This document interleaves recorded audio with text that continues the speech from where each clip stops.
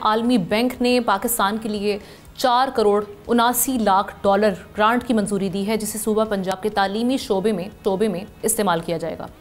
इस मंसूबे के तहत 40 लाख तलबा को बेहतर तालीमी सहूलियात फराहम की जाएंगी, जबकि 80,000 नए बच्चे स्कूल्स में दाखिल हो सकेंगे। ग्रांट से प्राइमरी क्लासेस में तलबा की तादाद बढ़ाने और तालीम के मेयार को बेहतर बनाने में भी मदद मिलेगी। वफाकी वजारत तालीम के मुताबिक पाकिस्तान में इस वक्त 2.5 करोड़ से ज़ायद बच्चे स्कूल से बाहर हैं।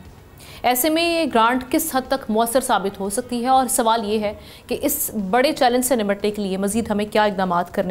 इसी पर बात करने के लिए हमने इनवाइट किया है मोहम्मद अली शेख साहब ने, एजुकेशन एक्सपर्ट हैं। आपको वेलकम करते हैं प्रोग्राम में। अली साहब, ये कहिएगा कि इस वक्त जो हम पाकिस्तान में सूरत हाल देख रहे हैं, स्कूल से बाहर तकरीबन 5 से 16 साल की उम्रों के 26.2 मिलियन बच्चे इस वक्त बाहर हैं। ये बहुत बड़ा चैलेंज है। गवर्नमेंट इस पर बात भी करती रही है, तालीमी एमरजेंसी के हवाले से भी बात करती रही है, लेकिन अगर हम बजट में बात करें तो वो हमने पहले से लो होता हुआ देखा है।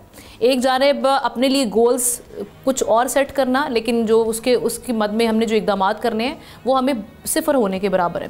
तो अब ये कहिएगा कि इस ग्रांट का आना, एक तो ये आप कितने ऑप्टिमिस्टिक हैं इससे हालात बेहतर होंगे, राइटली यूज़ होगा इसका, और साथ ही साथ इस वक्त बड़े चैलेंजेस क्या हैं जिनसे हमने निपटना है मज़ीद? बहुत शुक्रिया, आपने बहुत ही एक अहम मसले की तरफ डिस्कशन का आगाज़ किया है। देखें, बात यह है कि इस वक्त अगर पाकिस्तान का सबसे बड़ा मसला है तो वो ह्यूमन रिसोर्स डेवलपमेंट है। हमारे पास जो लोग पैदा हो रहे हैं, पॉपुलेशन बहुत बढ़ रही है तेज़ी के साथ, लेकिन ये वो लोग हैं जो कि मुल्क के लिए लायबिलिटी के तौर पे बढ़ रहे हैं, एसेट्स नहीं हैं, क्योंकि बुनियादी तौर पे उनमें तालीम नहीं है। जब तालीम नहीं है तो वो किसी इंडस्ट्री में सही तरीके से काम नहीं कर सकते। इनोवेशन, साइंस, टेक्नोलॉजी या जो भी ह्यूमन रिसोर्स फील्ड्स हैं, उनमें उनका तकरीबन जो किरदार है वो जब आप अनपढ़ होते हैं तो न होने के बराबर रह जाता है। अच्छा, अब सबसे बड़ा जो एजुकेशन का मसला है, पहले जिस पे आपने खुद भी इजहार फरमाया, वो है आउट ऑफ स्कूल चिल्ड्रन। यानी पाकिस्तान उन मुल्कों में शामिल है जो कि इस पैराए में बिल्कुल नीचे वाली सतह पे आते हैं।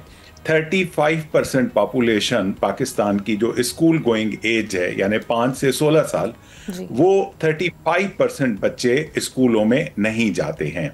और पंजाब उस लिहाज से बेहतर है कि पंजाब में वो जो तादाद है, जो रेशो है, वो 27% है।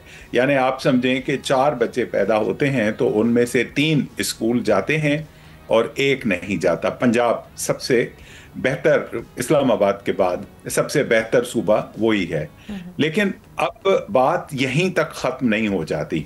बात यह है कि 80,000 बच्चों के वापस री इनरोलमेंट का इस जो है लोन की जो एड है उसमें प्रोविजन रखा गया है, लेकिन पंजाब में ही इस वक्त उन बच्चों की तादाद 40 लाख है।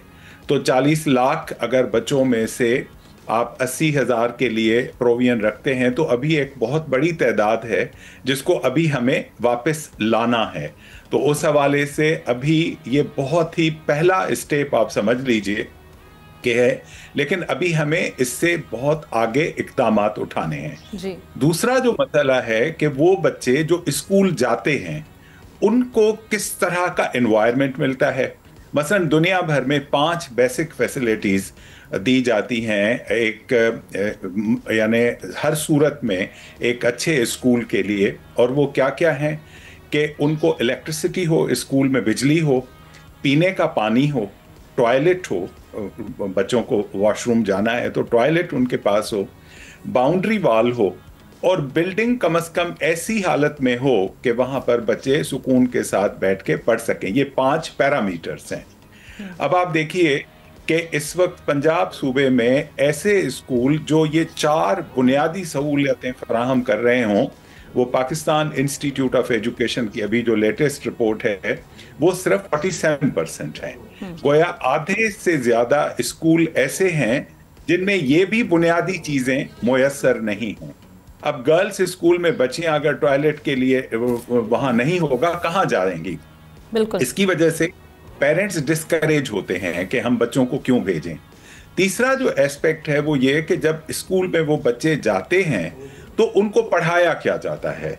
اور میتھمیٹکس میں ان کی کس حد تک کوالیفیکیشن، ان کی جو کیپیبلٹیز ہیں وہ ایڈ ہوتی ہیں، سائنس اینڈ ٹیکنالوجی، لینگویجز آپ کے اپنی اور اس کے ساتھ انگلش لینگویج. تو یہ تمام پیرامیٹرز ایسے ہیں جن کے لیے بہت زیادہ توجہ کی ضرورت ہے، لیکن ہم نہیں کر پائے ہیں. لیکن ایک حوالے سے یہ ایک اچھی بات ہے کہ ورلڈ بینک کا کم از کم ایک لحاظ سے اچھا قدم ہے کہ ابتدا تو ہوئی. پنجاب کے حوالے سے چلیں، اس حد تک جتنی ہماری ضرورت ہے وہ ضرورت کے مطابق نہیں ہے، لیکن کچھ نہ کچھ تو ہے.